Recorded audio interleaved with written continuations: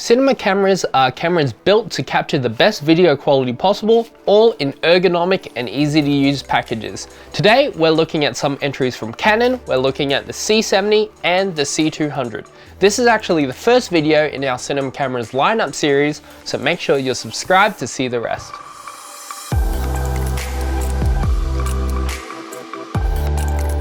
Now let's look at the C200. This big boy Super 35 EF mount camera, which can also be modified to take a PL mount if you wanted to mount some of those big hulking cinema lenses, is Canon's entry into the world of making big cinema cameras in a smaller package.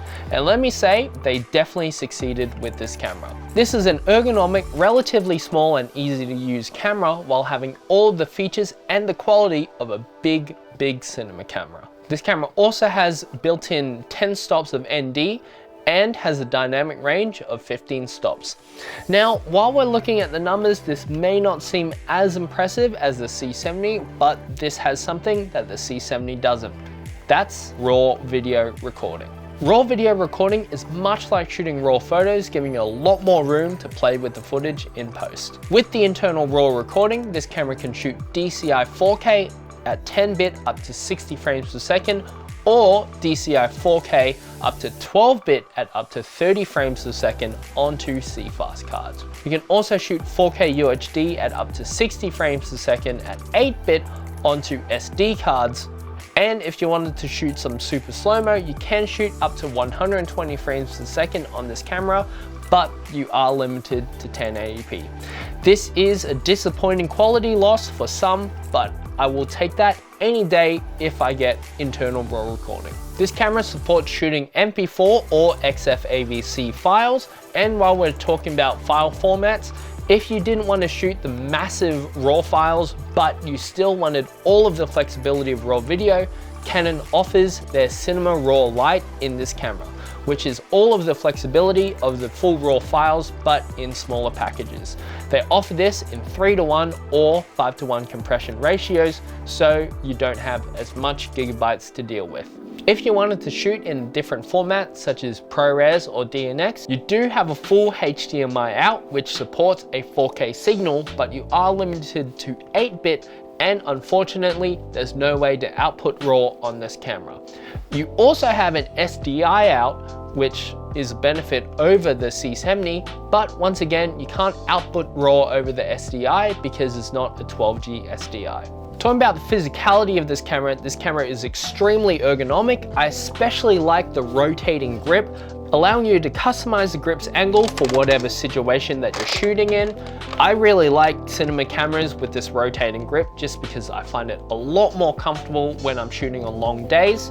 You're also able to remove the top handle, move the microphone mount, and do everything that you want to customize this camera for your needs. You have an excellent and large LCD touchscreen and a lot of customizable buttons, so you can truly make this camera your own. When you're holding this camera, it feels nice and balanced in hand, so when you're shooting on those long days, you won't feel tired. I really like the inclusion of the rear EVF to make shooting in bright environments a lot easier. Now, I will say that having the audio control on the back and the SD card slots on the back, quickly talking about the SD card slots, they have these really satisfying doors that are just really fun to play with. I just wanted to say that. But with the audio controls, it might be a bit annoying for people who may rig out this camera and are like me and put a big hulking V-mount battery on the back of the camera. So it can make controlling these functions a little bit hard to access. But I don't think that's too much of a problem because most people will just run the camera as is. Talking about the I/O, you have two full XLR ins, a 3G SDI port, phones out, and a mini USB, an Ethernet port, a DC in, a full 4K HDMI out, and a remote in. On the operator side of the camera, you have a CFast card slot. Unfortunately, you don't have dual CFast cards. This camera also has Canon's excellent dual pixel autofocus, allowing you to shoot with the confidence that you won't miss focus on any shots. This camera is powered by BPA 30 or 60 batteries, similar to the C70, allowing you to shoot on long days without the confidence that you'll run out of power. And if you wanted to plug this into a wall, there is always the DC in port. This video is actually part of our cinema lineup series of videos. If you want to check out the full video, you can click here. Or if you want to check out some of the other videos that we've been doing on our YouTube channel, you can check them out here.